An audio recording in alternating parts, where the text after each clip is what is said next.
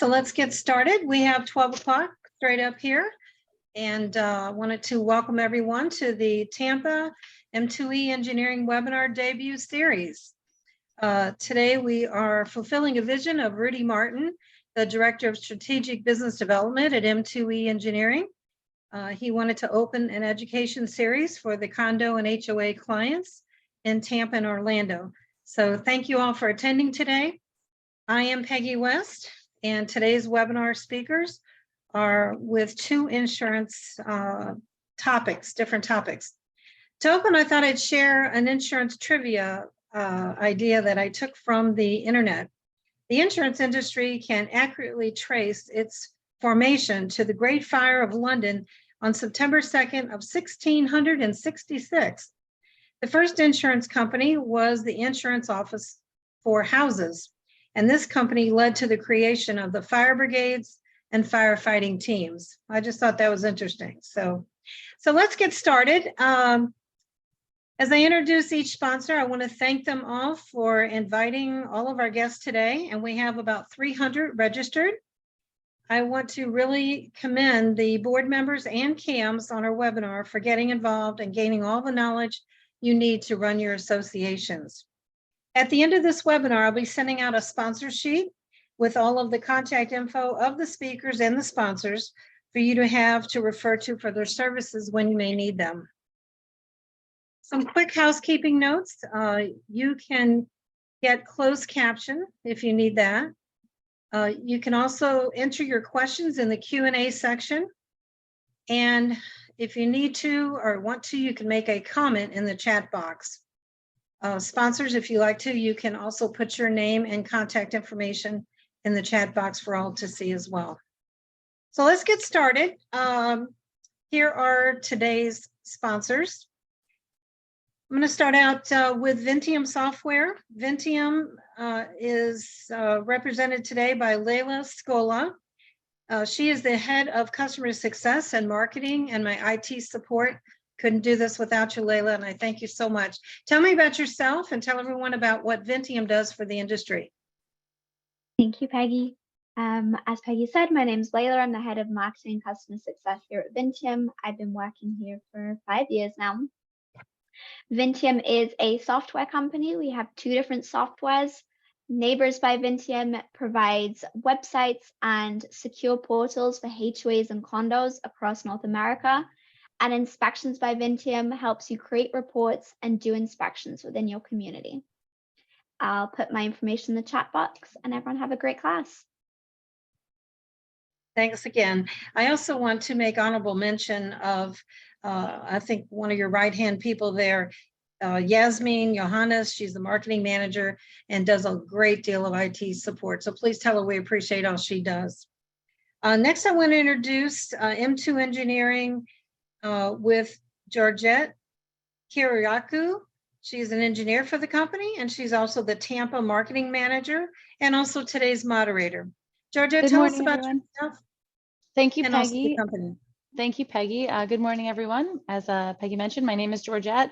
I've been an engineer for 12 or 13 years now, and I am also a reserve specialist. And M2E provides everything. It is a one-stop consulting shop for all of your engineering needs. We offer everything from structural integrity reserve studies, the milestone inspections that are currently required. We offer pre-construction design if your community wants to expand. We offer forensics engineering for any diagnostic work that your community might need. We also offer litigation support if your community is going through its current 558 turnover. We also offer specifications for everything from concrete restoration to roofing replacements. Anything that your community would need in terms of restoration, we can provide specifications for that. And finally, we also provide construction administration so that you can ensure that you are getting what you paid for in terms of your restorations. And that includes owner's representation. I will include my information in the chat if you have any further questions. Thanks, Peggy. You're welcome. Great introduction. All right, next I want to introduce from Central Homes Roofing, the owner, Daniel Bowe.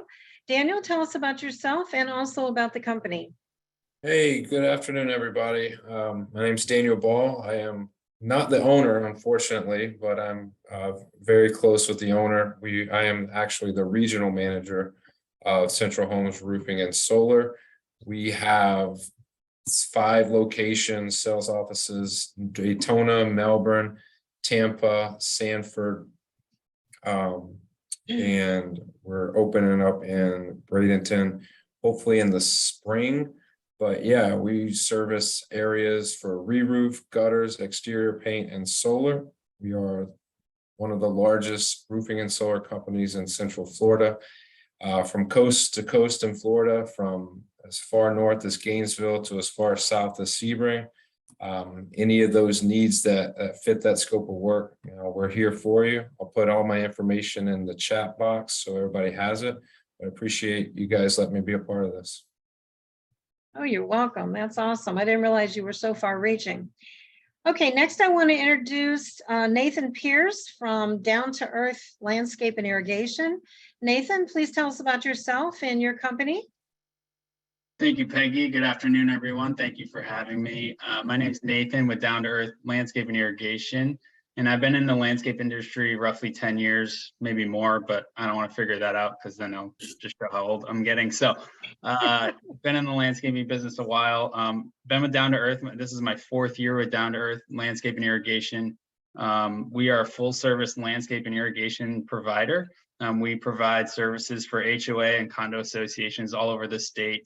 We have 13 branches throughout the state of Florida. So chances are, if you're in an area, out of reach, I'm sure we can get to you. So as far as HOA and condo associations, we provide everything in-house as far as irrigation inspections, fertilizer and pest control, and then your base services, mowing, edging, pruning, etc. So I just want to thank you for having me. Happy to be a part of this group of professionals. And I'll put my information in the chat. If you have an HOA or condo association that needs some help with landscaping, just let me know and we'll take care of you. Absolutely. Thank you. We're coming into budget season, so it's a good time to get a hold of Daniel for sure. Next, I want to introduce Justin Cruz from First Onsite. Justin, tell us about yourself and what does the company do? Good morning, everybody. Thank you for having, well, good afternoon. Thank you for having me here. First Onsite is a property restoration, full service disaster recovery. We are 24/7, 365 turnkey. We are 110 brick and mortars, over 110 brick and mortar nationwide. However, here in the state of Florida, we have about 9 locations, which range from Miami, Fort Lauderdale, Boynton, Orlando, Jacksonville, the Panhandle, Tampa, Sarasota, and Fort Myers. So we cover the entire state. We handle everything from water damage, fire, smoke, mold, specialty cleaning, capital improvements, and then catastrophic events as well. So again, I'll leave my information as well for you guys. And, if anybody needs anything from us, please feel free to reach out. And again, thank you guys. You're welcome. Great. Thanks for coming and joining. Next, I want to introduce Krista Morlock. She's with CPR Painting Waterproofing Experts. Krista, tell us about yourself and what you do and how far reaching your company is. Hello, everybody. I'm Krista. I'm with Concrete Painting and Restoration. We do painting, waterproofing, wood, and concrete restoration. We have a GC license that we work with our restoration part of it. We pull our own permits and we work Pasco County down to Manatee County on the West Coast. We help with the milestones, inspections, getting you ready for that or doing any work that's required after you get the inspections done. Currently, we're working on 4 beach condos north and 3 beach condos south of the Skyway to get them ready for their inspections. We work with many engineers, including M2E, and I want to thank Georgette for having us today. If you want to have any questions, you need any proposals, referrals, I'm here to help. So please reach out to me. I'll put my information in the chat like everybody else and hope to see you guys soon. Awesome. Thank you so much. Sound like you're really busy. Okay, with that, I'm going to turn this over to Georgette Kiriakou of M2 Engineering. She's our moderator for today, and she will introduce the speakers. Georgette. Thank you. I wanted to introduce our speakers. We have, as you see at the top of your screen, we have two from Stockham Law Group, and we also have Robert from Mitchell Insurance. So George, I'll start with you. Okay. Hello, my name is George Root. I am Condo HOA General Counsel. I primarily operate in the 7 or 8 counties in and around the Tampa Bay region. I do have a few condo clients down in Broward. For those of you that aren't familiar with Condo HOA General Counsel, we do a little bit of everything: delinquent assessment collection, amendments, opinion letters, MARTA, revitalization and preservation. I like to think of myself as a first line risk management, and to kind of protect you from yourself sometimes. There's a myriad of laws impacting and affecting condos and HOAs around the state. I'd also like to introduce one of my coworkers and fellow attorneys, Nicole Vinson. The rest of our firm does first-party property insurance claims, and I'll let her talk a little bit more about that piece. Wonderful. Thanks, George. Yes, good afternoon, everyone. My name is Nicole Vinson, and I handle first-party property claims in the pre-litigation stage and also post-litigation. So this is generally when the condominium has a catastrophe or a peril that has happened and there's a dispute with the insurance company. We help policyholders in Florida, and I also help outside of Florida. We have an office in Texas, and I'm licensed in North Carolina and Georgia. This is what I've dedicated my practice to be, and this is what my partners do. But we're so grateful to have George as general counsel right down the hall so that we can put our heads together and really help our clients on these big condo losses. Thank you, Nicole. I'd also like to introduce Robert from Mitchell Insurance Services. Robert, tell us a little bit about yourself and your company, please. Yeah, my name is Robert Mitchell. I'm the owner of Mitchell Insurance Services. I'm a certified insurance counselor and a certified risk manager. My agency focuses on providing insurance and risk management solutions to community associations throughout the state of Florida. We have, well over 200 associations of all shapes and sizes. And so our goal is to make sure that we can provide a product that fits the needs of each individual association, because as I'm sure many of you are aware, they are not all created equally, and there's different exposures and different issues that each association faces. Thank you, Robert. With that, we are going to start our seminar. So I will kind of let you guys take it from there. All right, I guess I'll jump in here and kind of talk about how we're going to handle this. We pretty much designed this course to be interactive. We want you to participate. We want to address your concerns. We have a wealth of insurance experience from different angles with a general counsel, insurance agent, and first-party attorney.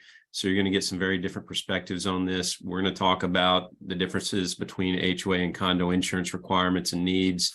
Some of their, like HOA is driven largely by the governing documents, and a condo largely by statute. We're going to talk about insurance disputes, but we're going to approach it also from, let's try to prevent them. How do we handle them better once we have them? Making sure we're properly insured for it. We're going to talk about risk mitigation, balancing deductibles and premiums. And we want to try to fit your questions in while we're talking about this. And I'm hoping Robert and Nicole, Georgette, as an engineer, also has a lot of experience in these areas. If I get to talking too much, please jump in and address these issues for us.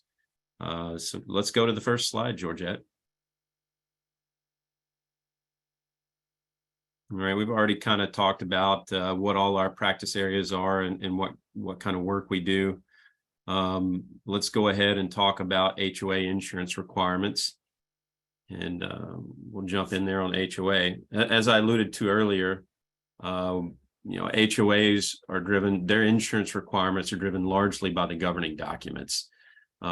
The one place that the one insurance issue that the statute addresses is fidelity bonding for those in the association handling the funds of the association, whether it's board or management. And I highly recommend that you have it, and you're required to have it unless you follow the procedures in the statute to have a membership vote and waive that requirement. I would recommend that you keep the fidelity bonding. You also want to work with your general counsel to look closely at your governing documents and see what requirements you have there for required insurance coverages. I think Robert's going to be able to speak on the different type of coverages he recommends beyond maybe what your declaration provides. And if you've got a really old association, some of the requirements may be outdated. You may need much more than what's provided there.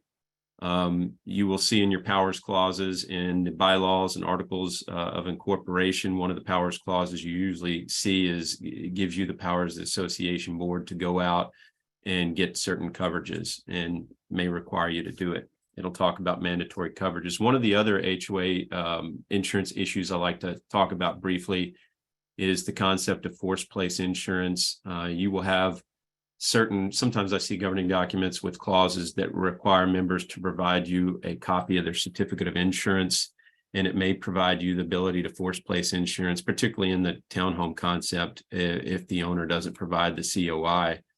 One thing that I've learned through experience is here in our area in Tampa, in the second DCA, there's a second DCA opinion, Sutton Place versus Alorta, that seems to indicate if your governing documents give you the option between force placing and filing an injunctive action to force someone to get the required coverage, the second DCA is taking the position that you have to do the force place. So if you run into any of those situations, discuss carefully with general counsel to make sure you're making the right decision for your association. Another thing is general counsel, I'd like to mention all your insurance policies, that information needs to be part of your association official records. Basically any written record that you produce in conducting the business of the association is an official record. So be mindful of your official records requirements. If you have good management company, they're probably taking care of this for you. One of the things I like to do as general counsel is help you avoid claims altogether in risk mitigation. One of my rules of thumb maxims that I like to teach my clients is just because you probably could get away with something, I would take a conservative approach with how you run your business and conduct your business. Robert, would you like to jump in with some of the required coverages that you recommend for an HOA? Yeah, absolutely. So like George was saying, the HOA insurance is largely driven by the governing docs. The state statutes for HOAs are a little gray in what they require. So you see HOAs insured differently depending on the specific wording within the documents. The first thing that you have to look at is the property insurance in the way that the documents outline who's responsible for insuring the actual residential structures. So you can do it one of two ways. The first being the HOA is responsible for insuring the residential structure, much like a condo association would be. And then the policy form would follow very similarly the condo policy form. The other way that your documents may outline the coverage requirement for the structure is through the unit owners purchasing their own individual HO3 policies. As you can imagine, both ways of doing it create their own unique situations. If the unit owners are required to carry their own insurance, if you were to have a catastrophic loss, let's say your building is a 5-unit townhome community, you're relying on everyone within that community to be purchasing their own HO3 policy. And if they don't, that they're going to have the funds available to pay what their portion of the loss would be at the time of a catastrophic event. With the purchasing of the master policy for the residential structure, there's a little bit more security in knowing that the correct coverage is in place, but you may have higher deductibles, or you may not be able to get some of the coverages that the HO3 policies have. Then if the master building is being insured by the HOA, the unit owner insurance can get a little tricky as well. So I always recommend that the owners purchase a policy that they have recommended from their own personal insurance agent. Now, the other policies that we always recommend are your general liability, your directors and officers liability. As George mentioned, the employee theft policy, which is now a statutorily required coverage. And then if you have any type of common property, swimming pools, clubhouses, We always typically recommend you purchase an excess liability policy, given the nature of the nuclear claims that we're seeing, associations especially facing. And then there's a couple other supplementary policies, such as the workers' comp, if any. That's a policy that's designed for associations that don't have any direct employees, but they may have volunteers, such as the board members, performing maintenance duties around the property. Typically, we see a landscape committee, a decorating committee. So if you were injured during one of those, one of those board-approved activities, you would theoretically have workers' comp benefits coming to you. So that's typically the standard package that that we see HOAs carry. You may have environmental liability. There might be equipment breakdown policies that you may want to look into, but overall, that's generally the standard. And then obviously, if you have a situation where you're in a special flood hazard area, or you're required to carry flood insurance based off of the mortgage requirements, once again, it would kind of fall under how the HOA docs allocate the purchasing of the insurance. If the HOA is required to do it, then you would have to purchase a flood policy for each individual owner. But if the owners are required to carry that through their own mortgage company, then obviously it would be their responsibility to pick up that coverage. Thank you, Robert. Before we move on to talk about the specific statute 718 mandates, we do have a couple questions. George, can you please explain the forced place insurance concept that you mentioned? You'll usually see a clause, or sometimes you'll see a clause, especially in like townhome and condominium communities, where owners are required to provide their certificate of insurance to the HOA so that the HOA can verify that they're adequately covered for loss. You may also see a forced place clause that gives the association the power to purchase that type of policy for the unit owner, and then specifically assess the cost of that policy against the unit owner. Some association governing documents allow you to go the injunctive action route and file a lawsuit forcing the owner to get the policy. However, I think the DCA, second DCA, right or wrong, has decided that if you have the option in your governing documents, you have to take the forced place. And from a fairness standpoint, that is probably the more equitable or the more affordable option for both the owner and the association. Thank you. Robert, we also have a question for you. Can you please explain the function of our insurance agent? Are they required? What is their role versus the CAM versus the board? Sure. Well, the primary responsibility of the insurance agent is to be the advocate for the client or the insured within the insurance marketplace. We're your trusted advisor. And so we don't typically represent one specific company. We represent a multitude of companies, and then we go out, we advocate for your behalf, we negotiate the rates with the insurance carriers, and then we put together the package of options that would best fit the association. That's what our industry brands our responsibility as, but the realistic or kind of day-to-day responsibility, most insurance companies won't sell complex insurance policies direct to consumer. So it's not like you would be able to circumvent an insurance agent to go purchase a commercial property insurance policy or a commercial general liability policy. You're starting to see more policies, especially with some of the insurtech startups, go direct to consumer. But at least as it stands right now, with more complex commercial policies, there's so much gray that you really need to have someone who's operating in the weeds with those policies on a day-to-day basis to advise you in the best possible way to make sure, you're in compliant with your condo docs, in compliance with state statutes, and to make sure you're fulfilling your fiduciary duty. Thank you. We do have a follow-up question to that. Is it possible to go self-insured, which I believe you already just touched on that? And also, I've been informed that in order to secure forced place insurance, that the owner must sign an approval for it. How would that work if the governing docs state that the HOA must seek forced place if the owner will not sign the release to secure forced place? Tongue twister. All you. I'll let George touch on the forced place part of it, because that has a lot of legal components to it.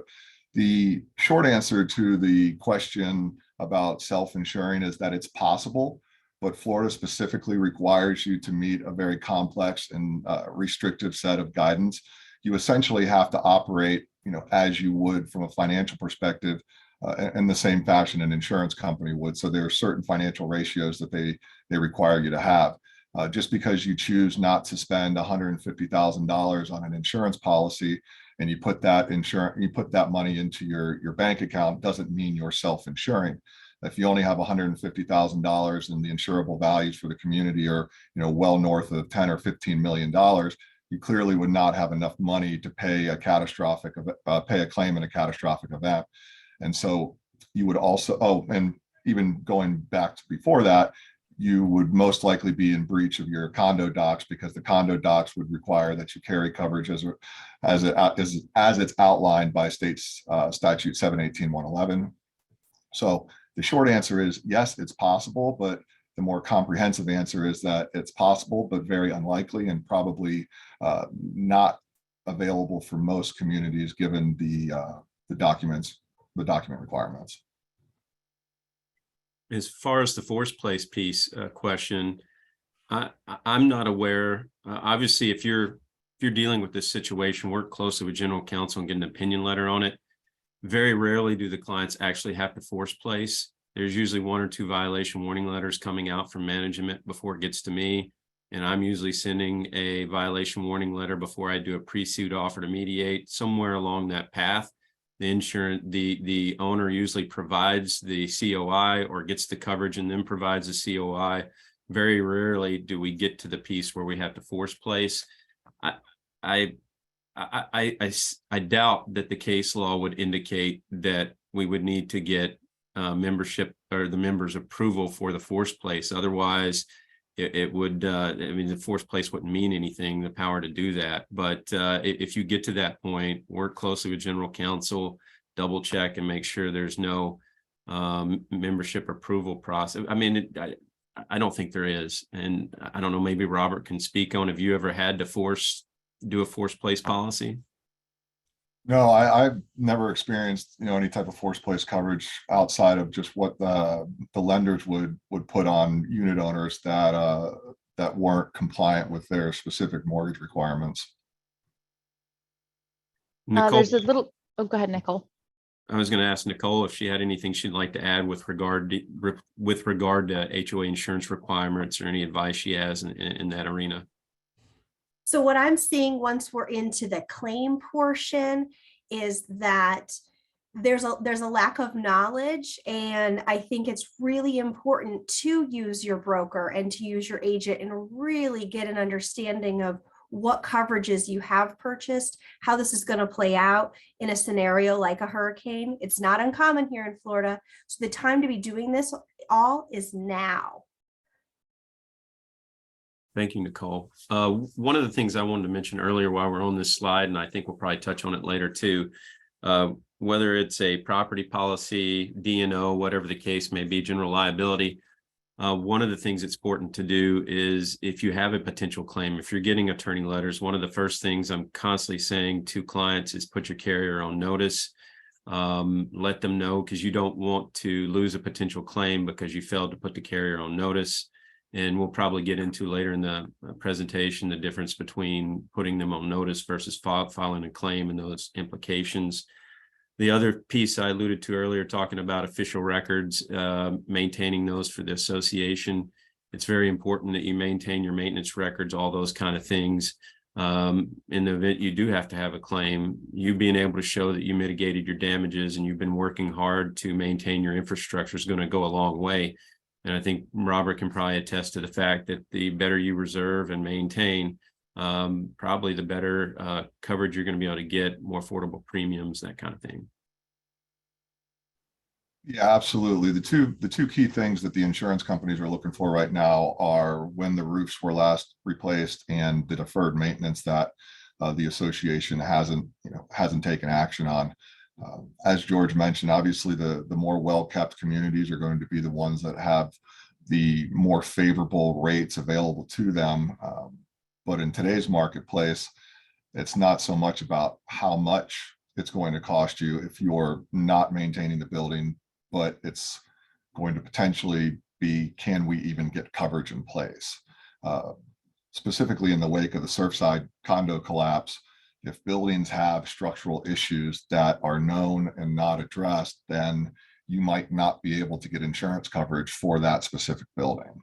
And so we are recommending that and well, now the state's taken action, so you really can't kick the can down the road anymore. But more than ever, if you know issues are there and you're not addressing them, you have to prepare yourselves for the potential of not getting coverage for that specific building. Thank you. We have a couple of more questions before we move into the specific statutes. Just a really quick, does the info identified as an HOA also apply to a COA? I'm sure we're going to get into that further on into the slides. Could you repeat that question one more time? Does all information identified as HOA apply to COAs? When we mention HOA, we're talking about communities governed under Florida Statute 720. Most of the time, it's a single family home community or a townhome community. The townhome communities may look and smell like a condominium association, but they're organized under 720. So I think we will usually use HOA to talk about 720 communities, and the requirements for a condo under 718 and 720 are very different, as we'll get into here in a moment. So if we're saying HOA, we're specifically referring to the 720 entities and not a condominium. Thank you.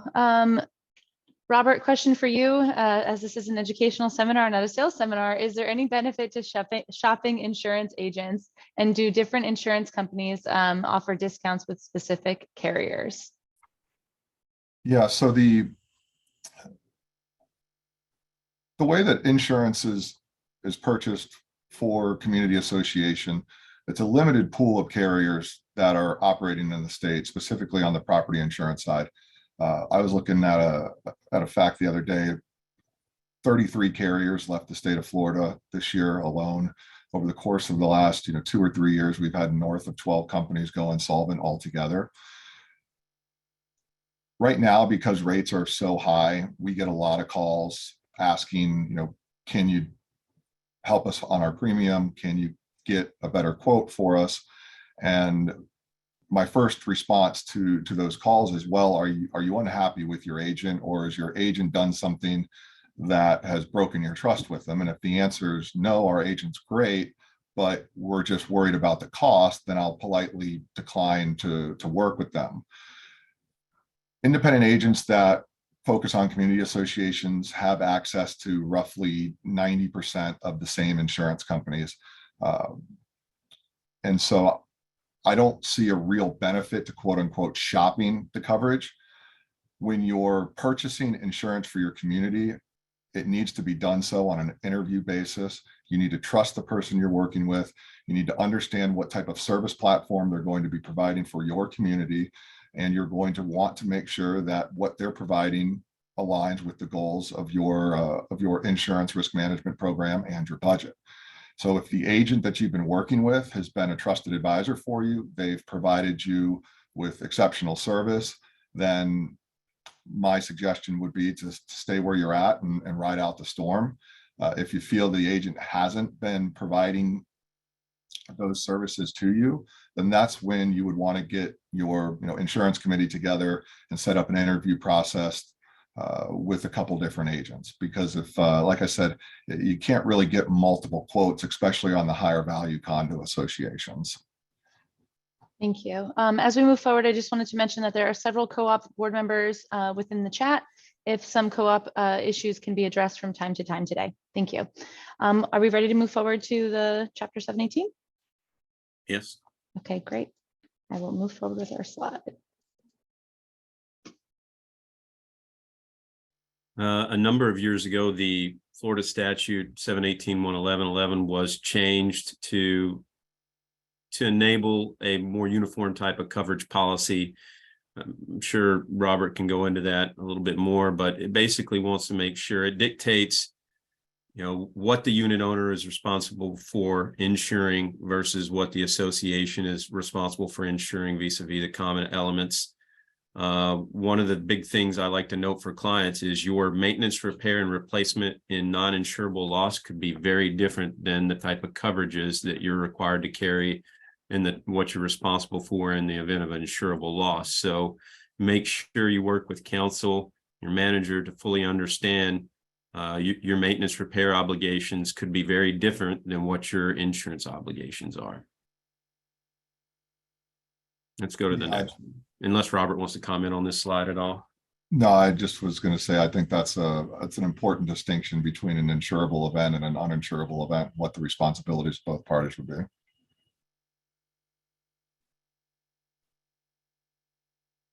All right. Adequate insurance, regardless of the requirement in your governing documents. So you got to look at your governing documents. This is going to control, though, must be based on replacement cost. And you need to get an independent appraisal every 36 months. You can consider deductibles, and we're going to touch on how to weigh out deductibles versus premium later in some later slides. Policy deductibles, they're determined by the board. I haven't seen any governing documents that require membership approval on deductible levels. It has the decisions you make can't be very outside the industry standards and prevailing practice. So need to be reasonable. You can consider some of the things you take a look at is your reserve accounts, how much you have in reserve, your available funds, your predetermined assessment authority. You have to rely, part of, D&O coverage is, the standard of care for a board of directors, an ordinarily prudent person, not a terribly high bar. One of the things that protects you under the business judgment rule is that you are supposed to rely on opinions, reports, your experts, and if you do, it's going to shield you from liability for the most part under the business judgment rule. So work with your experts, talk to Robert, talk to folks like Nicole and figure out what they're seeing and make sure that you've got a good balance between your deductibles and premiums. Anything you'd like to add with regard to that, Nicole or Robert? I guess No, what I Go ahead, Nicole. touch on real briefly is, really doing the calculations on those deductibles and looking at it. Often it's a 2% or a 5%. And that's what I would tell my clients to discuss with Robert to make sure they're getting the right policies for their properties, but then to do those actual calculations and consider their communities so they know what to anticipate. Sadly, it's not a matter of if, it's likely when. Yeah, and to piggyback off that sentiment, we had an 11-year stretch where a major storm didn't make landfall in the state of Florida. And for a lot of board members, the deductible was just a percentage on a piece of paper. It wasn't until we started having storms where the realization of 2% on a $20 million building is going to be a substantial amount of money. And I've never seen an association that's at any point had a fully funded deductible reserve. Because even if you started to build a deductible reserve, there's probably a project that comes up or there's something that comes up and you want to shuffle that around or you want to reallocate it. So, what we recommend is figuring out a way through other financial instruments that you can accommodate for what the deductible will be at the time of a major event. And one solution that I see a lot of associations using is a rotating line of credit, or having a line of credit that can be utilized for those first dollar expenses. We have a question on the last bullet. How does the board compel an owner to carry insurance on their unit?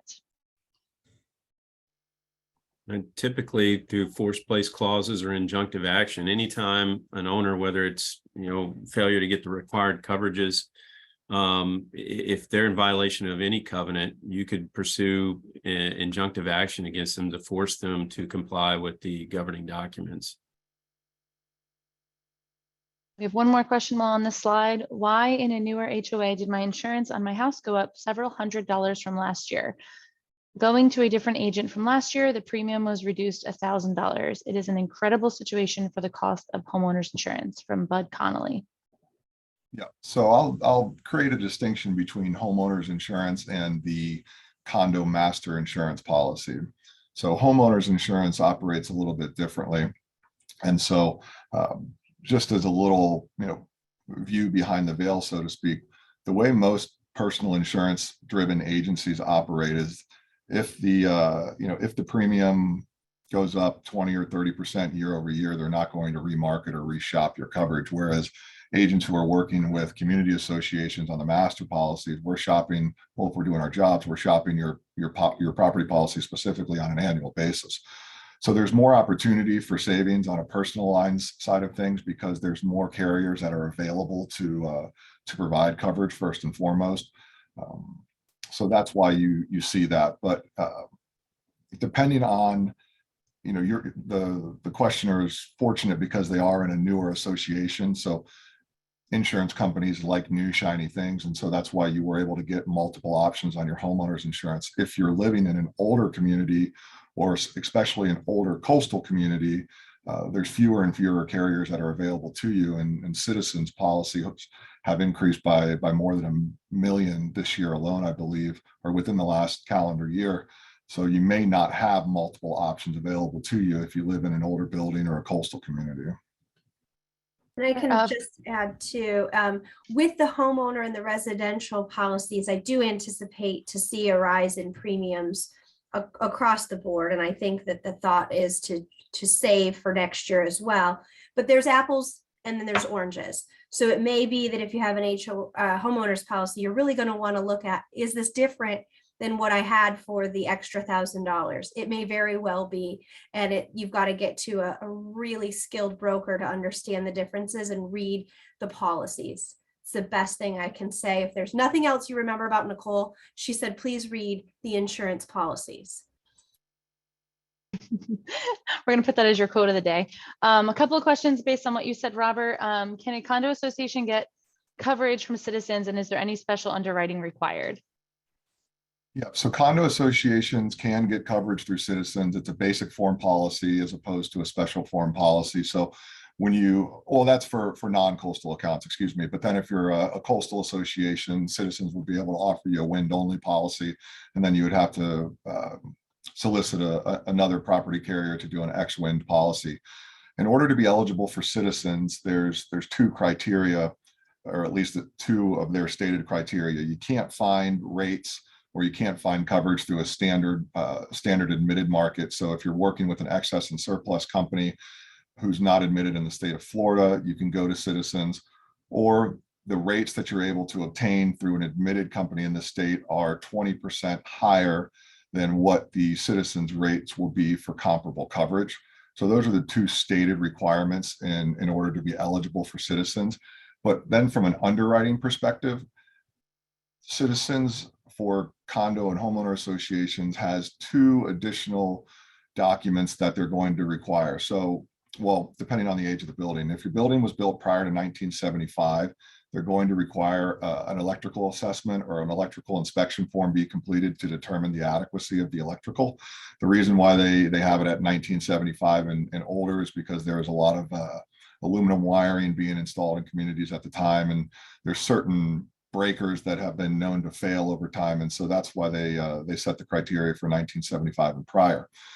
For all buildings that of any age that haven't had their roofs replaced within the year, Citizens is also going to require a roof assessment form be completed by a licensed contractor or roofing contractor, and that form is going to be used by Citizens underwriting to determine the overall quality of the roof and the remaining useful life of the roof.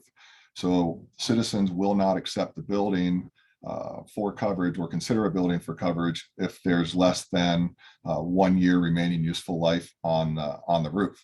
If you have, let's say, 2 or 3 years remaining useful life on the roof and you go into Citizens, Citizens will then issue a non-renewal to you if you do not get the roof updated at at a time prior to the end of the useful life. Also, buildings that have any type of structural damage, visible structural damage to them, or unrepaired damage, those buildings wouldn't be eligible for Citizens. So you may have a community that has 10 buildings, let's say, 5 of them, perhaps for one reason or another, they aren't eligible for Citizens. The other 5, they are eligible. It may be more cost effective for you to put those 5 buildings with Citizens and then procure coverage for the remaining 5 through a private market until you can get those buildings qualified for Citizens, if in fact that would be your best option. Thank you. We have a plethora of questions, so I'm just going to kind of go through them if that's okay. For this one's for the attorneys. Can you give us an idea of how successful you are with mediation demand to secure HO3 policy from a homeowner? Was there a case that went beyond mediation demand, and what was the percentage wise? And also, can a condominium force place HO6 on homeowners?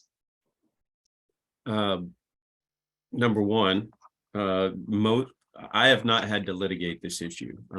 At my old firm, we had one case that went to court. Most of the time, they get the coverage and provide the COI. I like to use the pre-suit offer to mediate letter as kind of saber rattling, if you will. Sometimes them having to spend money on mediation gets them to get the required coverage. So I have not yet had to file an injunctive action lawsuit to force someone to get a required coverage that their governing documents require them to get. And then, a lot of the documents don't have the force place piece, but they still have the requirement that they provide a copy of the current COI.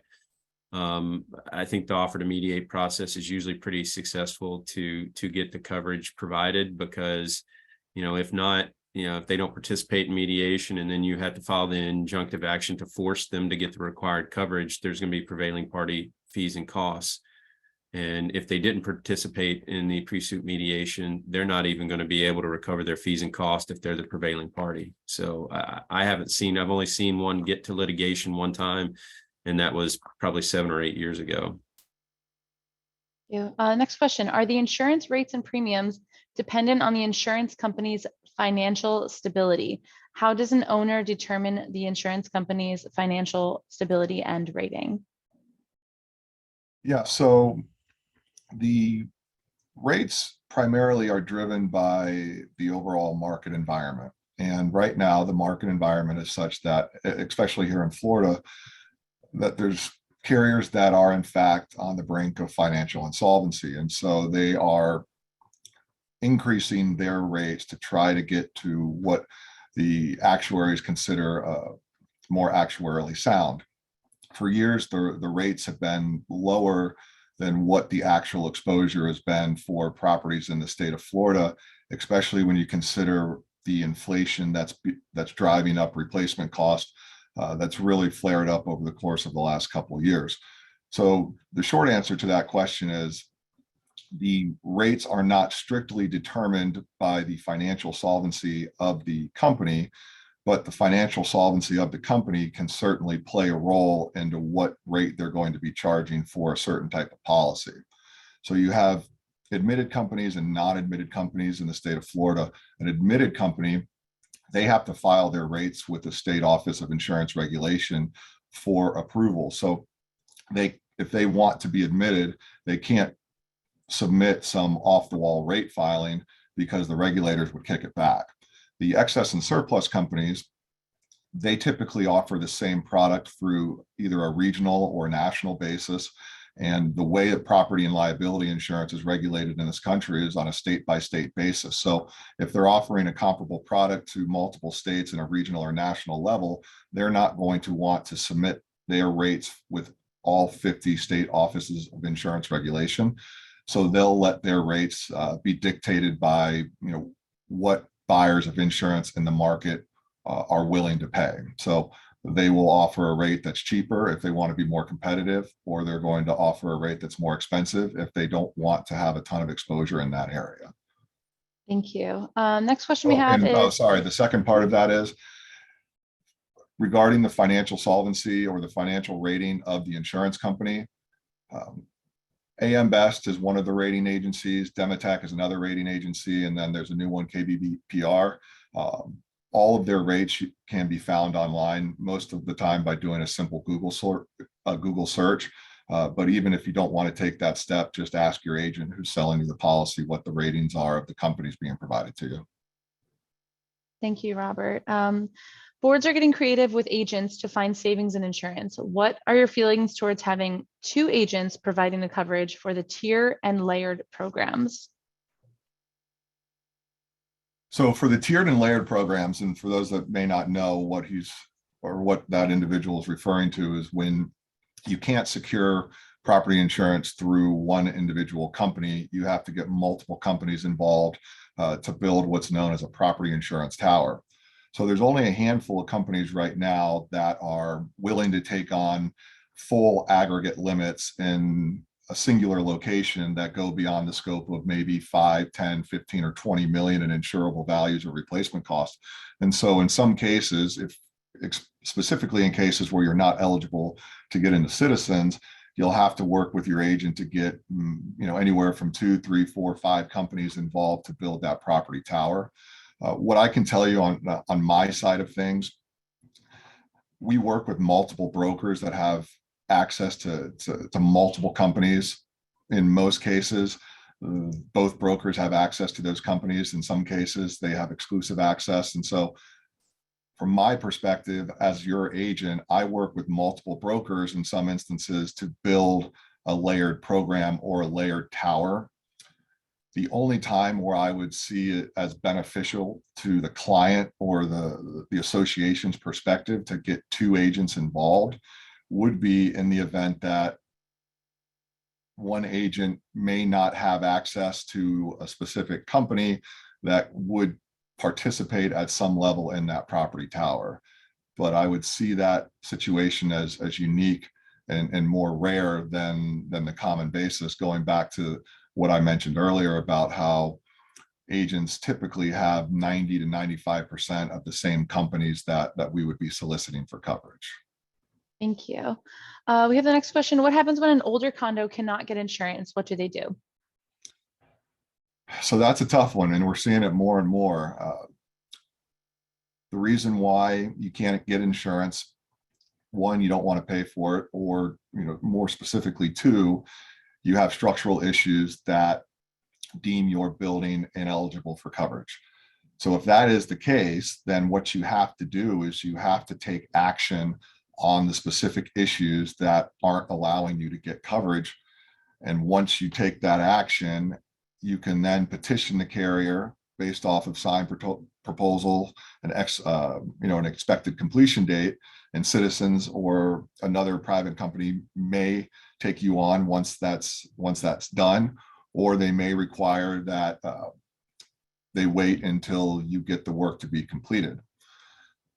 In some unique circumstances, and this is where it's beneficial to work with an agent who does this a lot, if you are going through a structural process or structural issues, you may be able to get coverage through a builder's risk policy that has damage to the existing structure as a coverage portion of the policy. That's gotten a little bit harder to do, but that's something that in our office we did for a community a couple of years ago where they had severe structural problems, and it was kind of a weird situation because the bank wouldn't loan them the money until they got insurance coverage in place, but the insurers wouldn't provide coverage until they could get the loan to get the work done and have the issue addressed. And so in that specific situation, we were able to get them a builder's risk policy that had coverage for the existing portion of the structure. But I would always just defer you to the agent that you're working with. If you don't believe why they're telling you can't get coverage, then that may be a situation where you ask your property manager who they may recommend as another agent, just to have a discussion with them about what their solution to the issue would be. Thank you. This may be an accounting question, but George, this one's for you. What is the experience with condo associations needing to do a one-time special assessment to cover insurance hike increases? I've had some clients that did it this year. Basically what the statute says about special assessments is you have to properly notice it, and that notice has to include detail regarding the purpose of the assessment. It's a 14-day plus notice. You also have to look at your governing documents. Different governing documents say different things about who the approval authority is and what the threshold for approval is. In most docs, you see it being a board decision to specially assess. So I've had some fights with ownership groups about the different things that you can specially assess for. In most cases, it's the board that's the approval mechanism for both the regular budget and a special assessment. So there's multiple ways to attack the problem. You could certainly amend a budget midstream and go through the same budget approval process you did with the initial annual budget. So there's multiple ways to try to meet that shortfall. As Robert alluded to earlier, sometimes you can go the loan route. Your governing documents may speak on whether the board can approve a loan or a membership does. If it's silent, you go to the non-for-profit corporation statute, which is 617. And there's a provision in there that I believe allows the board to approve loans unless there's a requirement in your governing documents that says that a membership vote's required. So there's a number of ways to go about funding that increase. And I do believe that whether it's a deductible or increased premiums that you're having to deal with, that a special assessment would be a proper method of dealing with that. Certainly, if you're going to have to go that route, work with your general counsel, get an opinion letter, have them spend some time digging into your governing documents and double checking to make sure you have that authority to raise funds in that manner. And George, I'll just make one more note to that, because I was actually having a conversation with the board member the other day. Your documents may also dictate how many times in a given year you can levy a special assessment. And so if you are planning to do an assessment for the milestone or any other expenses that may be coming down the pipeline, and you have to do both in the same year, the governing documents may not allow it. Thank you. This brings up a lot of interesting issues that I've been dealing with lately. As far as on the condominium side, you have a cap on year-to-year increases. It's not necessarily a hard cap, but it's 115% of the prior year budget, but that essentially only applies to your regular assessments. If the amount you're increasing it's related to fully funding your reserves, then that doesn't count towards the cap. And the cap, as I mentioned, isn't necessarily a hard cap. It triggers a membership challenge mechanism, and it's a kind of a cumbersome process. And I don't think I've ever seen members properly challenge a budget that goes over the cap. I do know, I hear my peers around the state in our discussion groups talking about future statutory changes to try to give boards more authority to do what they need from a budgetary standpoint to meet the increased premiums, increased deductibles, and so their hands aren't tied as far as needing membership approval mechanisms. So I think we'll see a lot of changes in the coming years to make it easier for you to raise the funds to meet your insurance requirements. Thank you. Robert, what is the normal amount of commission? Is it generally a percentage or a flat fee? What is the standard? So the commission is typically negotiated between the agency and the carrier. Standard property commissions can range, anywhere from 8 to 15%, give or take. As a way to reduce expenses, carriers have been cutting agency commissions over the course of the last few years. So as an example, on a property policy that maybe 2 years ago I would have gotten 12% commission on, I'm probably getting 10% commission on that policy now. Now there's another way that agents can in fact make their money, and that's through a fee structure. Admitted companies, they include the agent commission as part of the rate filing. And so agents theoretically are not allowed to net out their commissions on an admitted product. But on a non-admitted or excess and surplus product, depending on size and relationship with the client, an agent would be able to net out their commission and apply a fee structure to the policy as a way to potentially lower the cost. But what I've seen in these situations where a fee structure is applied, it doesn't necessarily reduce the overall cost of the policy to a significant point. And then one thing that I always present to a client who's asking for a fee structure at a reduced level than what the pre-negotiated commission would be with that insurance company is you're devaluing yourself from the buyer's perspective. What I tell my clients, the one good thing that you have going for you right now is that your association or your community has more buying power than you've ever had in the history of that association. And so what does that mean? You have to go out and purchase this product with an understanding of knowing that you have certain expectations from the agent or agency that you're purchasing the product from.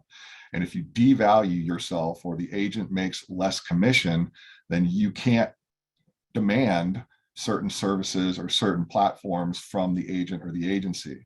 So if you want your agent to come out and do on-site inspections on a quarterly basis, if you want them to come to your annual meeting, if you want certificates processed in a certain way, if you want access to certain risk management tools, the agencies are going to be more willing to accommodate your request when there's a higher revenue percentage being driven into the agency versus a lower revenue percentage. And you may be okay with that. And if that is in fact something that you're okay with, where you'd rather just pay something less, you see your agent once a year, then that's certainly a discussion that you can have with the agent. But not all policies are you able to net the commission out on.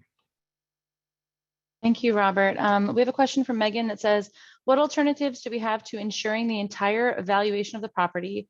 Can we elect to insure less than the entire property rebuild valuation? And also, second part of that question is, many volunteer boards are looking at these same old policies year after year. Are there any creative ideas on how to reevaluate the policy to ensure adequate but better pricing? What are we missing?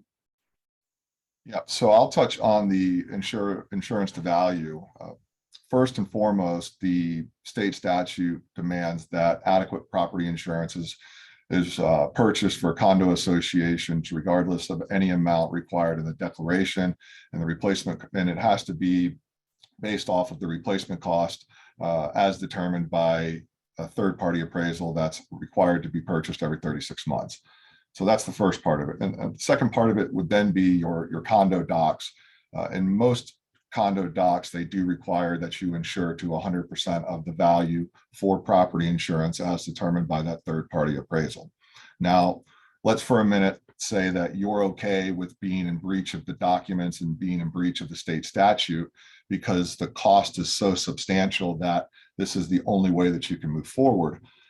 In years past, that was something that the insurance companies would allow you to get away with. But now what we're seeing is the insurance companies are putting mandatory minimum cost per square footage requirements on policies issued for various construction types. So we've even seen it in a situation where the association has a current appraisal.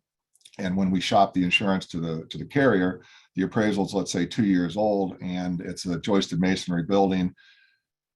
The appraisal has the replacement cost as $100 per square foot. Well, 2 years ago, that might have been feasible. Today, the average replacement cost on a joisted masonry structure is about $125 per square foot. So we have insurance companies that won't even allow you to insure the policy for less than $125 per square foot, regardless of what your appraisal says. So the short answer to that question is not really in the current market environment for condo associations. HOAs, there's a little bit more flexibility, but I will go back to the fact that most insurance companies are now still going to put a mandatory minimum cost per square foot on the policy. Now with flood insurance, it's a little bit different. Flood insurance, you can purchase at least 80% of the total replacement cost of the building for a condo flood insurance policy and still receive the full replacement cost.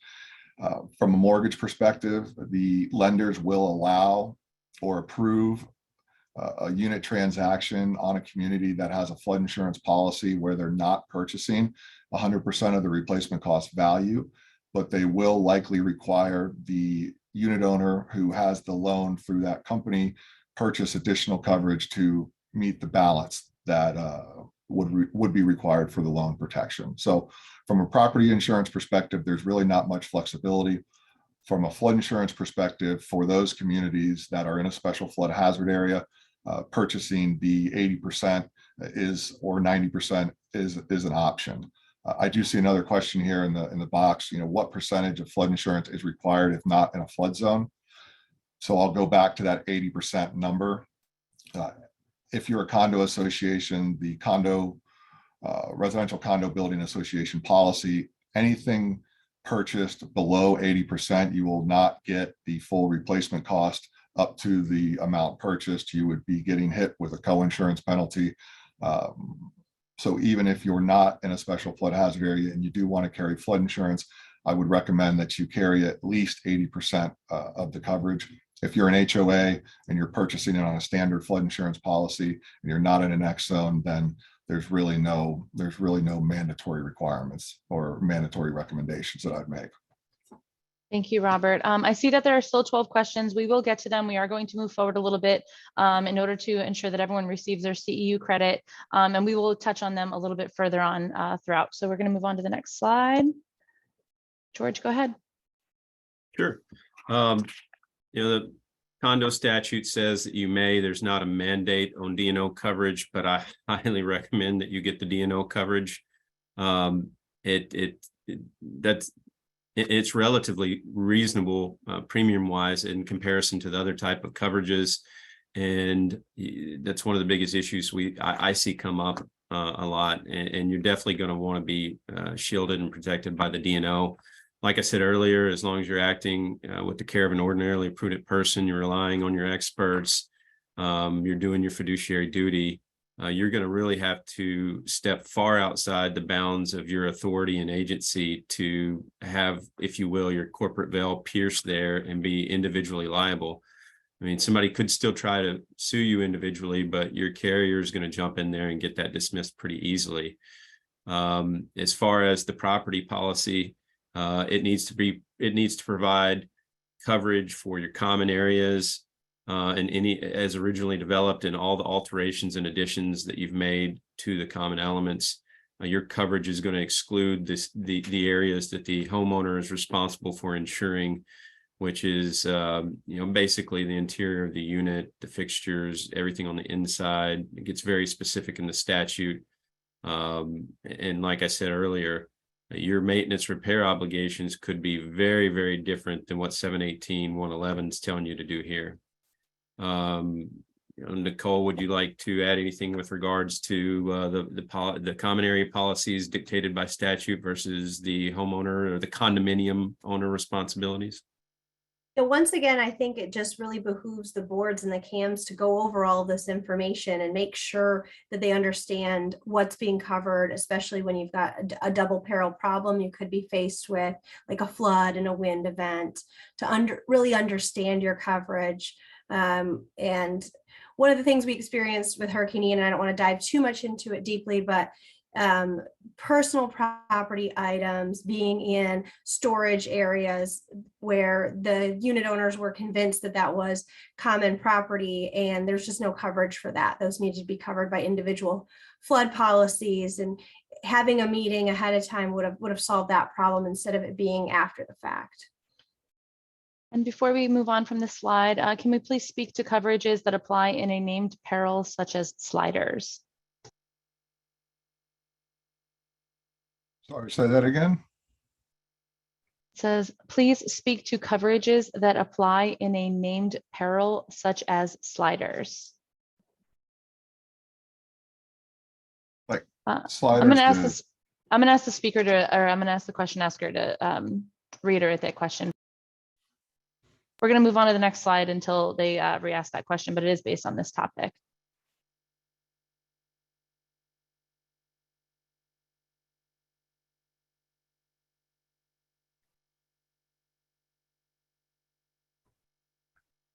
All right.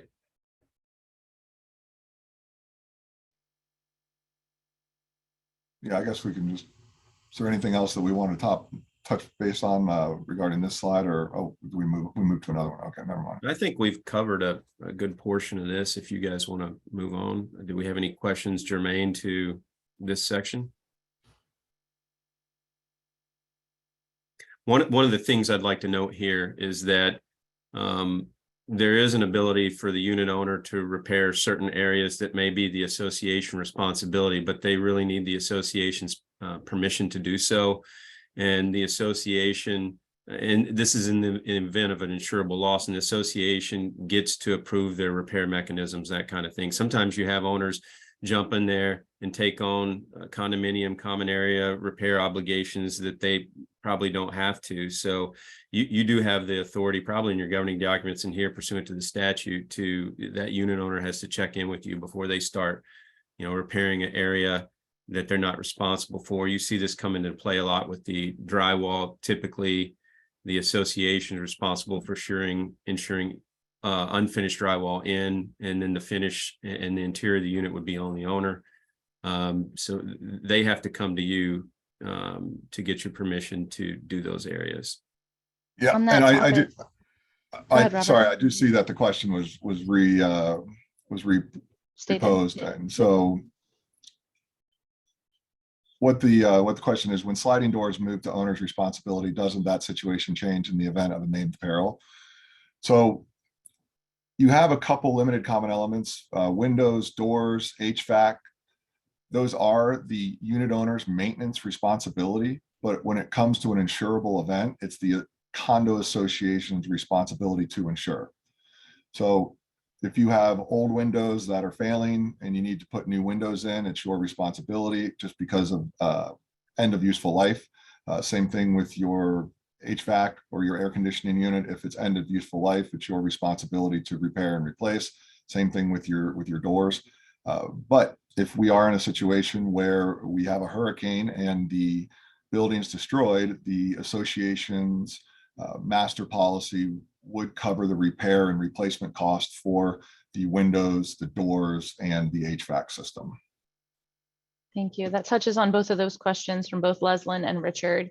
I am going to ask one question. Are you familiar with the rezoning maps that are done by FEMA and the fact that not all properties have been issued the updated LOMA, LOMR letters that get them out of these FEMA zoning requirements? Some of our properties have the new letters and some do not.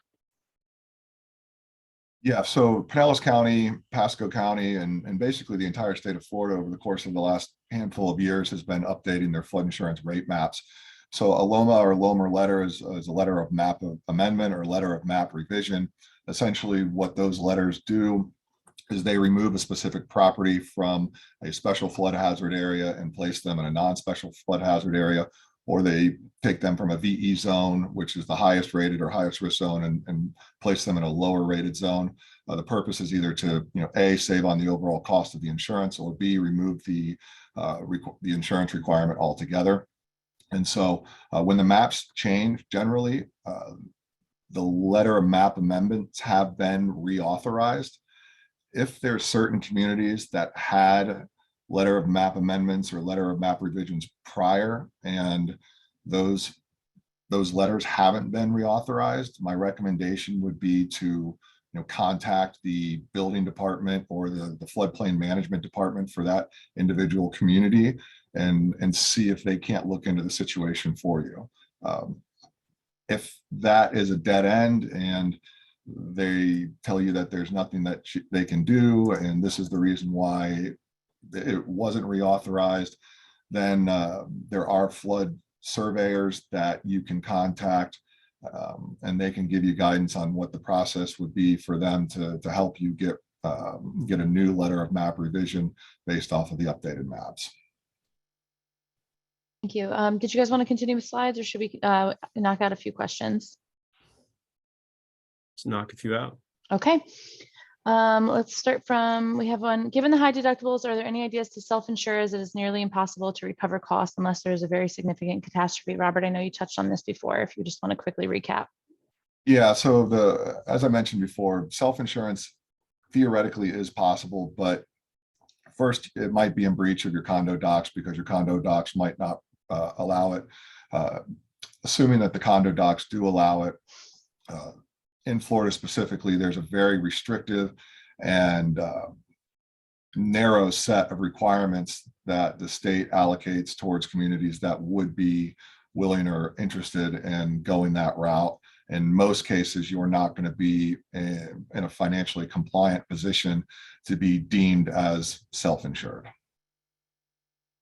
Thank you. What about replacing roofs with metal roofs that look like shingles? They are supposed to stand up to hurricane winds and give warranties of 50+ years. Are insurance companies giving discounts for installing metal roofs? If I can jump in. No, real quick. so metal. Go ahead. Oh, go sorry. ahead. I was going to say Well- that rings some alarms for me as far as that sounds like a material alteration to a common element. On the HOA side, there's no statutory provision requiring membership approval for material alterations, but there could be in your governing documents. On the condo side, there is a specific provision that requires 75% membership approval unless your governing documents have a lower threshold. So, before you go that route, make sure you're allowed to do it and you get the proper approval, and then talk to Robert about, take it away, Robert. Yeah, well, no, that's a great point, because that's a discussion that we're having a lot, except I'm having it in the other direction, where you may have a metal roof or tile roof and the association is considering moving to an asphalt shingle roof. And here's why. So a little bit of background on this. Florida accounts for 76% of the nation's litigated property insurance claims, but we only account for 9% of the total premiums collected. Of the 60% of the claims that Florida is responsible for nationwide, 68% of the claims are roof related in the state of Florida. So it's a little bit of a dichotomy, because you have a tile roof, metal roof, you put it on, you install it. If it's done correctly, that roof should last you 30 to 50 years. The insurance companies, they don't really care about how long the roof's going to last. Most companies now on the personal line side, they won't offer coverage on a roof that's older than 30 years, or wind coverage at least.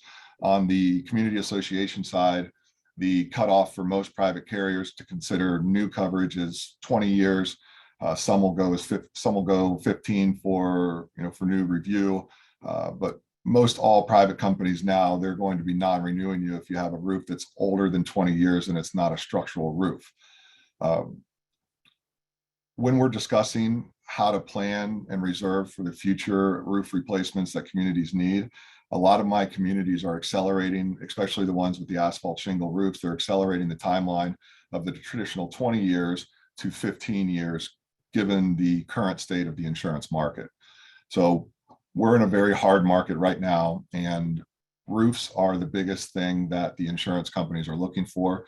Newer roofed associations have a better availability of carrier option and coverage options. Older roofs, they're just tricky, they're difficult, and in some cases, if they're at the end of their useful life, it may be impossible to get coverage altogether. So while metal roofs look great, they last a long time if done correctly. At least as things stand in this current market, once that roof gets to 20 years, you still may have 20 years remaining useful life. Coverage options available to you would be narrowed down. Thank you. We have a question for the HOA. What is the policy for townhomes and condos that would like to install solar panels on the roof if the HOA is responsible for the roof? I'll just make a quick comment, and then I'll hand it off to George. Talk to your insurance agent prior to doing any type of solar installation, because solar panels on the roofs are not something that many insurance companies want to insure. Some will refuse to insure them altogether. So first and foremost, make sure whoever the insurance company that you're working with will in fact continue to offer you coverage if you do install the solar panels. And then I'll pass it off to George. I think another piece of that is to talk to your roofer to make sure that this doesn't, it probably voids a warranty. So, I mean, there's a lot of issues at play there. I think the question was asked from a standpoint that it's an HOA owned or controlled common element roof. It's a different calculus if it's a unit owner controlling, operating the roof. And there's certain statutory protections for energy saving devices, whether it's the solar panels that you have to allow them if it's in certain orientations so that they can function as intended. That you're definitely going to want to talk to your general counsel and have them do a deeper dive on an opinion letter to make sure that you're covered there. Definitely talk to your roofer as well. Thank you. George, or the attorneys, this is another one for you. The 718 states that we cannot have a special assessment to fund the reserves. Is this still true? Interesting question. I had a fight about this unit ownership group challenging a client about there was a small portion of a special assessment to do just that. I'd be curious to know that what the statute number is that, my main understanding of the statutory requirements for special assessment is the proper notice, the 14 days, and how you transmit that notice to owners and the specificity with regard to the purpose of the assessment. But I asked general counsel for an opinion letter because I'm not immediately familiar with a statutory provision that limits what all you can use the special assessment for. I mean, primarily they're used for unplanned for capital expenditures, that kind of thing. But I think there may be some appropriate usages in other areas, whether it's getting your reserves to where it needs to be on fully funding in the formula of useful life versus replacement costs. I think there may be some usage that you can use to meet deductibles and other things. I don't want to give you off the cuff. I'm not aware of that statutory provision. Thank you. What are the differences in insurance requirements of an HO6 versus an HO3 development?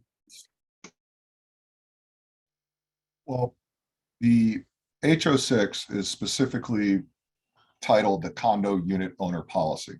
So the HO6 policy is specifically designed to fill the gaps between the association's master policy and the unit owner responsibility for the interior components of that specific unit.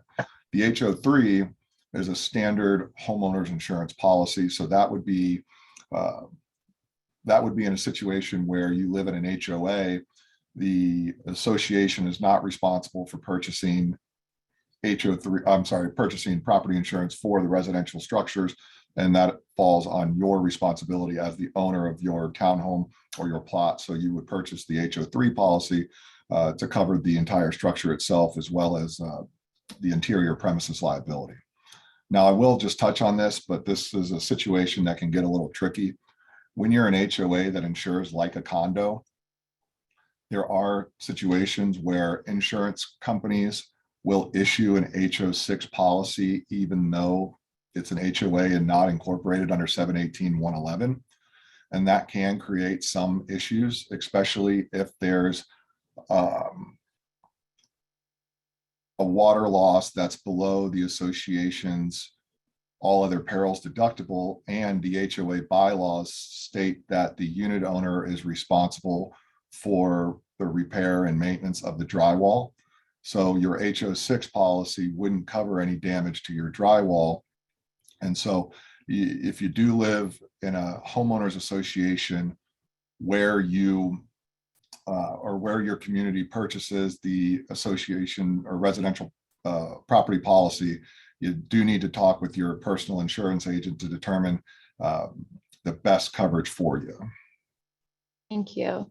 If an HOA decides to maintain an area of land that is not their property, but it belongs to the developer who is not doing proper maintenance, should they consult with the insurance carrier or agent to determine if they need to increase their GL coverage on their association policy for absorbing the maintenance of these developer-owned common areas? Yeah, that one's a little bit tricky because typically you have to have an insurable interest in order to purchase a policy for for a specific plot. But if you are in fact the one that is maintaining that plot, then there is certainly liability that would arise out of the maintenance actions that the association is taking. So certainly consult with your insurance agent.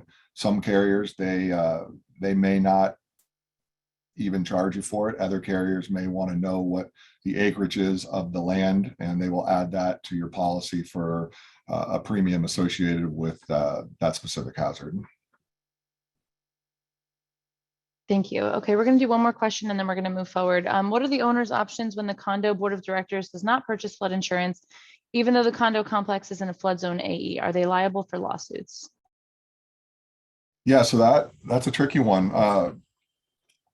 If the association is choosing not to purchase flood insurance and they are in a special flood hazard area, as an owner, if you do not have a mortgage, you can still purchase flood insurance for your specific unit and a portion of the building that your unit would encompass.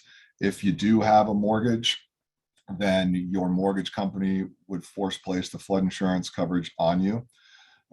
If there was a flood loss and the community was damaged or destroyed as a result of flooding and the association didn't purchase a flood insurance policy, well, the board of directors would be in breach of fiduciary duty, and that would be a D&O claim from the owners, because the only way that they would be able to get the funds together to repair the damage or rebuild the structure would be through a special assessment. And if the board of directors isn't doing their fiduciary job, then the members would have a claim for breach of fiduciary duty. They would be eligible to file litigation against the board of directors. That would fall under the directors and officers liability policy.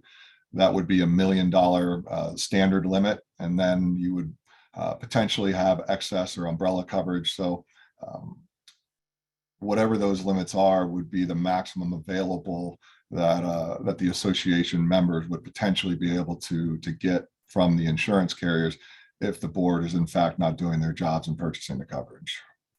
Thank you. Okay, we have about 6 questions left, but we're going to continue to move forward with the slides, and then we'll save the remainder of the questions to the end. If there's someone who doesn't have a question answered, you will have a contact list of everyone who is speaking today. So the next slide, George.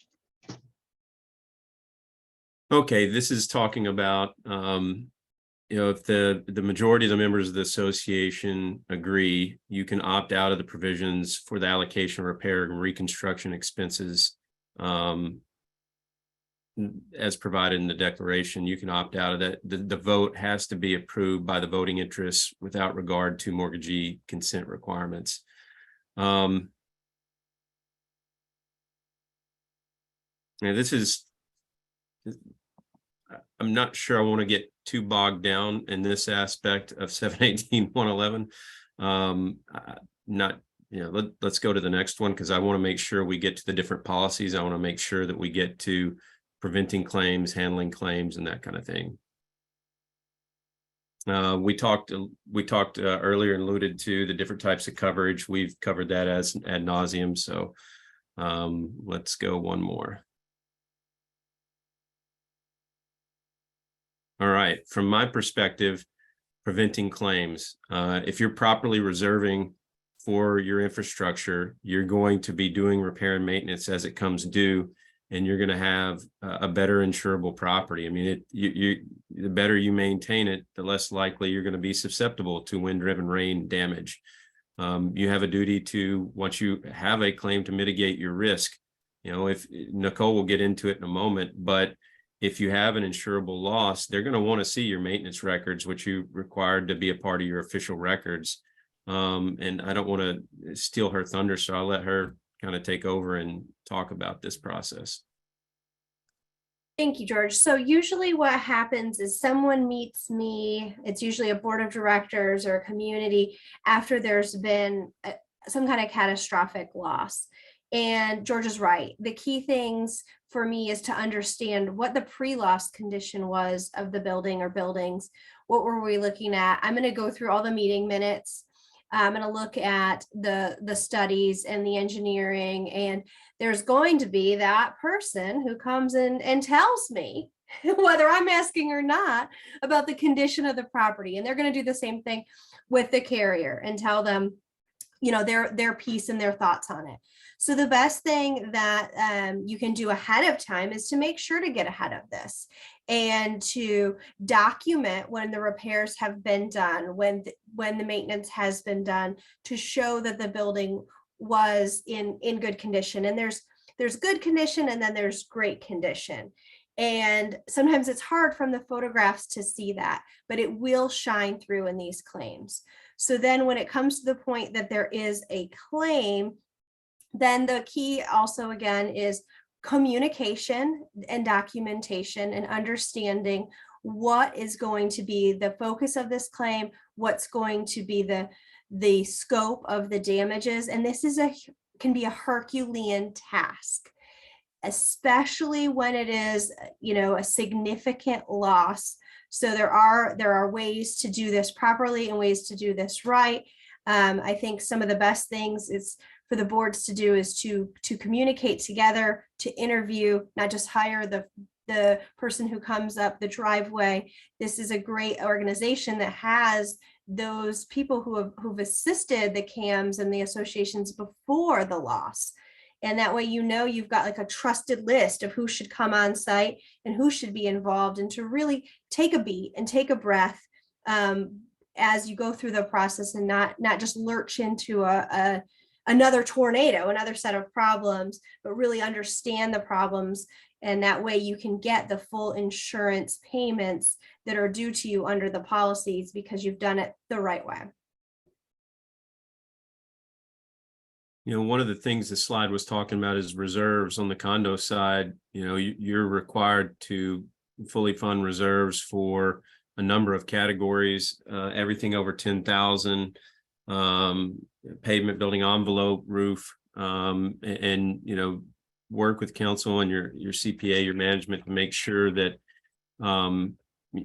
you take the proper actions to determine whether you're doing pooled or line item reserves, that kind of thing. But you've got a statutory mandate to fully fund your reserves, and the better you do that, the better you're going to survive the claim. And if you're replacing things at the end of their useful life, you're going to better withstand the insurable event, and your damages are going to be lower. I've got a number of clients that have items that are at zero useful life, and I just cannot get them to do the repair, replacement, and maintenance they need to do. So pay attention to your reserves, get reserve studies, make sure that you're fully funding reserves, get engineer inspections. I'm sure Georgette can speak on that piece a little bit to make sure that you're preserving your infrastructure. Sure.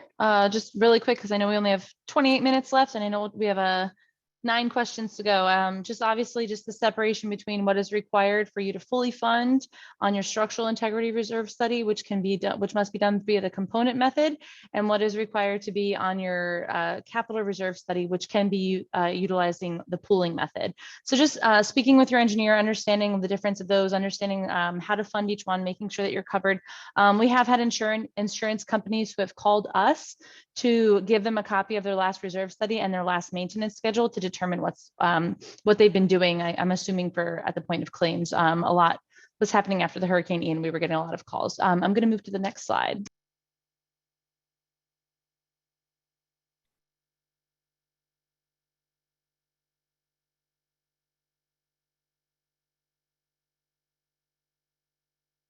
I'll jump in here, although I am far from the expert in this area. That you're going to take a look at the funds that you have available in your budget and in your reserves, and you're going to balance your premiums versus your deductibles.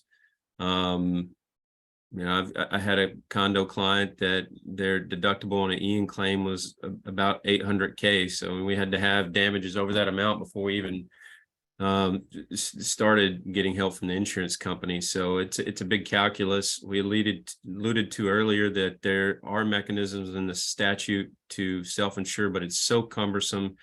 It almost seems like an impossibility. I've certainly tried to dissuade clients from going that route. Like I said, the better funded your reserves are, the more cash on hand you can get away with higher deductibles. You have to use your business judgment and follow the parameters of the statute. Anything you'd like to add, Nicole or Robert? Yeah, I'll just make a mention of the fact that, the traditional lending institutions, Fannie Mae, Freddie Mac, as part of the condo lending approval guidelines, they really only want you to have or requiring you to have a deductible that's no more than 5% from a wind hail perspective per occurrence. That being said, there's certain communities where you can get coverage through the private market, but that insurance company may not offer you a deductible that is less than 7.5 or 10%. So just keep that in mind as you move forward. There are deductible buyback policies that may be a cheaper option. But from my perspective, Fannie Mae and Freddie Mac are going to have to kind of revise these guidelines, because there's in some cases communities where you just can't feasibly get a deductible that is below 7.5 or 10%. And then I mentioned it earlier, but just as a reiteration, there are financial instruments that you can use to help fund your deductible reserves, like a rotating line of credit. And I know there's actually some banks now that are offering specific lines of credits at a little bit more favorable rate to be utilized specifically for insurance related damages or non-insured or deductible damages. Thank you, Robert. With that, we have reached the end of our slideshow. I did want to address some of the questions. Thank you to all the speakers. You're not done yet. I am going to move to some of the questions. So let's go to, is a co-op required to have coverage on their docks in addition to the owner's own dock coverage? I don't currently represent any co-ops, so I am not an expert on the co-op statute. So that's something that I would have to address offline or talk to general counsel about. I apologize. Okay, I will get their contact info and I'll have that sent over to you. Regarding going back to the citizens that we have from before, thank you for the response on underwriting. Is there an owner occupancy percentage requirement for coverage, i.e. investors versus residents? Yeah, so I'd have to double check on specific owner versus investor, but I do know that there's an issue with transient occupancy. So if there's more than 25% of the units that are being utilized on a transient basis, then the maximum available coverage that you can get through Citizens would be $1 million. So that might not be an option for you if you do have a condo-tel community, or you do have a community where there are a lot of short-term or transient rentals. I don't think that there's an issue with long-term rentals from a percentage basis, but once again, I would just need to double check. Thank you. Do you need an agent to go to quote from Citizens, or do we need to use an agent or broker? So yes, you would have to utilize an insurance agent to get a quote through the Citizen system for the community. Okay. I'm seeking whether this would be a legal opinion or an insurance coverage review to determine where the risk and liability lies for taking over maintenance of an area that is not owned by the association. I know you touched on this before, but. Yeah, I mean, I think it would just come down to the individual carrier and then what the maintenance responsibilities are. So I would defer to the agent that you're working with, and that's a question that I would ask them to specifically address to the underwriter for your liability policy. Sure. Terry asks, from recent experience, it looks like if you do a special assessment for a named storm damage, it is used for repairs. If you state it is used for insurance deductible instead of repairs, they will not reimburse the owners under loss assessment coverage. Is this true? I can address this maybe a little bit. So when your owner policies have wind coverage and there's Hurricane Ian damage, something in that documentation needs to be specific that it relates to the wind storm for the individual carriers to approve that. And I think that there's a myriad of ways of doing that, but if it's too vague, then the windstorm carriers don't understand that a portion of that money is going for the windstorm repairs, which could be part of the deductible. And George or Robert might have more to add on that, but we just need to tell them that there's a wind component to it. Yeah, so the loss assessment coverage is what we're referring to here, and the loss it would depend obviously also on what type of policy the individual unit owner is purchasing, but typically the loss assessment coverage portion of the policy would be triggered by a named perils basis. So if there's damage as a result of a hurricane and they have wind coverage on the policy and you're doing a special assessment to either, accommodate the deductible or help repair the damage, then in theory, the loss assessment would trigger, but it would ultimately fall onto the specific policy and the specific company and the wording in those policies. Great, thank you. Most owners in our community do not have mortgages. Lender requirements are strong. How do we encourage the cash buyers to get strong coverage?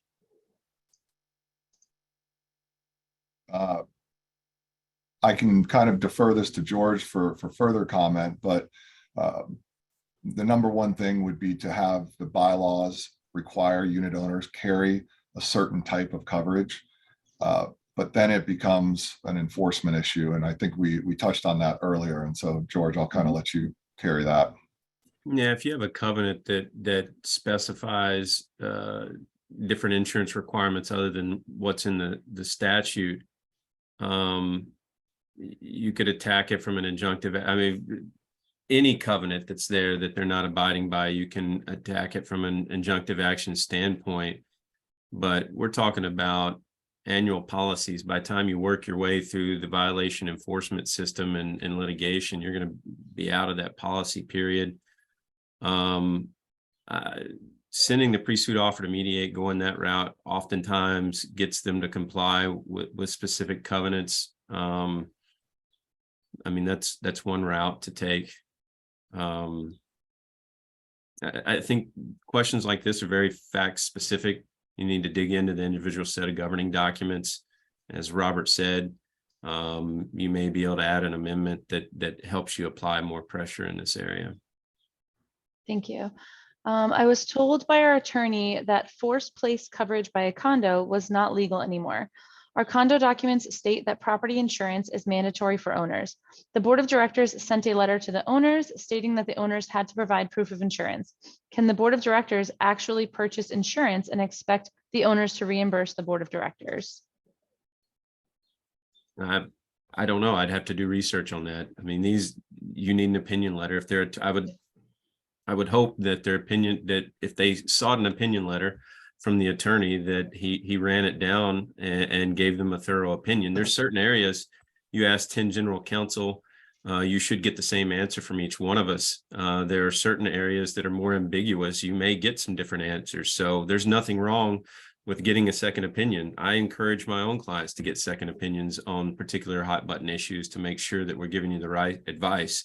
I mean, if you're looking at risking tens of thousands of dollars in an adverse legal action, why wouldn't you spend a few hundred or a few thousand on getting a couple of different legal opinions to make sure that what your counsel is telling you is correct? I mean, I encourage my own clients to do some on a couple of issues. If I get my competitors coming back and giving the same answers I am, then we can all feel pretty confident in how we interpreted that provision. Thank you. We have 2 questions left. If a building has an appraisal for 47 million and a broker has another appraisal for 62 million, why is the lower cost not used by the broker? Well, I would have to, you would generally have to see the components and how the appraisal was developed and whether or not the appraiser who's doing the lower portion of it is actually accounting for all of the pieces of the building that need to be covered.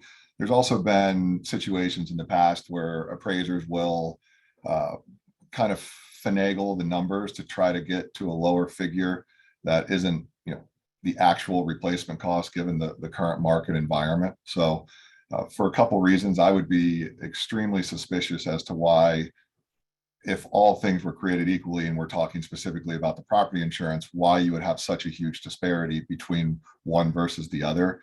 My guess would be that there's some inaccuracies on the 47 million as opposed to the 60 some million.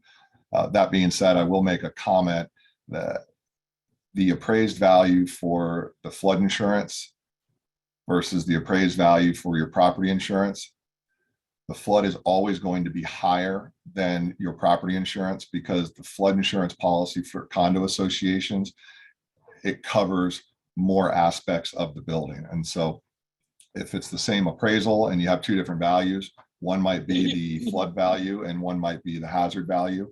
If it's two separate appraisals from two different companies, I would be extremely suspicious of the one that's significantly lower.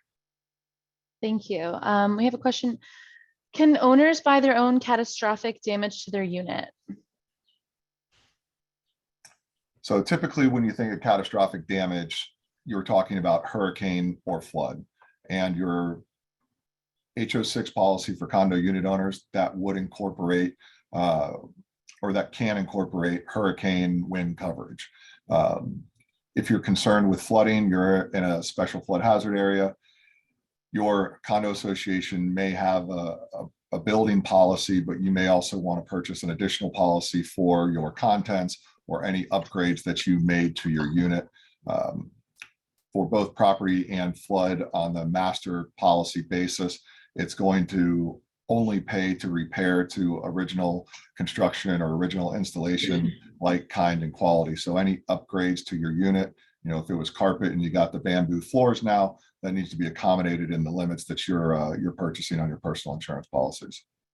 Thank you, Robert. Terry asks, I've had several insurance adjusters say they will not pay the loss assessment coverage until everything is repaired. They said they needed all invoices from every vendor with all of their contact information, including tax information stating in detail what they repaired. Is this something that an insurance adjuster can do? Yeah, I mean, it all boils down to the provisions in the actual policies that's being purchased. The policies that unit owners buy, there's usually loss settlement provisions listed in those policies. And so is it best business practice? Probably not. But if the policy verbiage allows it, the owner purchased that policy, then it would be within the, you know, within the allowability of the contract. Thank you. And small round of applause. We are down to our last question. Back to the question on 100% replacement coverage. Zoning in our area has changed. The county will not let us rebuild the same property that 718 requires us to insure. Have you experienced this, and would you advise a lower policy? Yeah, so I can't tell you to advise a lower policy because you're going to be in breach of your fiduciary duty, or you're going to be likely in breach of your association's documents. This question comes up a lot, especially if you're an older building on a coastal property. Here's kind of how I see the scenario playing out. Your building's completely destroyed. Let's just say it's from flood, and it's solely flood just for the sake of ease here. You had $10 million worth of flood coverage, and the insurance company would pay the full amount based off of what was purchased.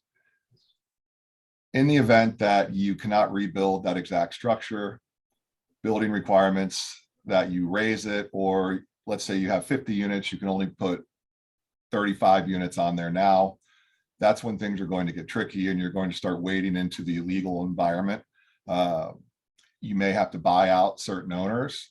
Certain owners may want to just cash in on the association's policy as well as the unit owner's policy, because how the claim would be settled from the association's perspective, the payout would be given to the association, but based off the square footage ownership percentage, a unit owner would be entitled to a percentage of the total payout. It gets tricky. And so it would become a long, complicated process based off of land values now. It might be more advantageous for the association and the owners themselves to cash in on the insurance policy, not build, and then sell off the land and sell the land off to a developer, and everyone cash in and move on. But it becomes a very tricky situation based off of what new building codes would allow. If you can put the 50 units on, new building codes require you elevate the structure. That's increased cost of construction or ordinance and law. Property insurance, they do in most cases have some small limit for that. Flood insurance, it's only about 30 grand. So if you were going to go through the process of rebuilding, then any additional costs would have to be accounted for in the rebuilding process. Thank you. That does conclude all of our questions. I did want to touch on a couple of comments that were in the chat. Following the seminar, you will be receiving an email from Peggy, who is our event organizer for all of this today. She will be sending you an entire sheet of everyone's contact information for those who have asked within the chat. And she will also be sending you a YouTube link, I'm assuming, which will be through Peggy's Market Smart organization of the entire presentation from today. So everyone who has asked for that in the chat, please, as long as you registered, you will be receiving everything. Before I switch it over to Peggy, George, Robert, or Nicole, do you have any closing comments? I just appreciate the opportunity. Thank you, Robert, for doing the heavy lifting today. You certainly fielded a lot of the questions. I appreciate your expertise. Thank you, Nicole, for providing your expertise as well. Wonderful. Thank you for having us. Yeah, Thank you. absolutely. Thank you very much. Thank you. Thank you, everyone. Peggy, over to you. Thank you so much. Okay, great presentation, you guys. Enormous amount of information, George, Robert, and Nicole, so that's awesome. And I just want to mention, please allow 7 to 10 days to get the DBPR credits posted, because we had 242 people on the call today, so I'm very excited about that. Thank you so much. And we are going to be doing Tampa webinars the first week, second week, off and on in the Tampa area. So please watch your calendars and watch out for your flyers a week or so before. I want to invite all of you to attend some of my statewide webinars that I have on April 18th. I have one HR credit and one ops credit to the CAMs, and it's called Hurricane Readiness and Roofing Needs for Hurricane Season. So it's very informative. I did it last year. We had a record crowd of about 500 on the call. We look forward to bringing you, many webinars in the Tampa area with great speakers and topics like today. So hopefully you can use this information for your association management. And on a personal note, I want to close and I want to say, I hope you have a very blessed Holy Week and holiday. And thanks again to everyone.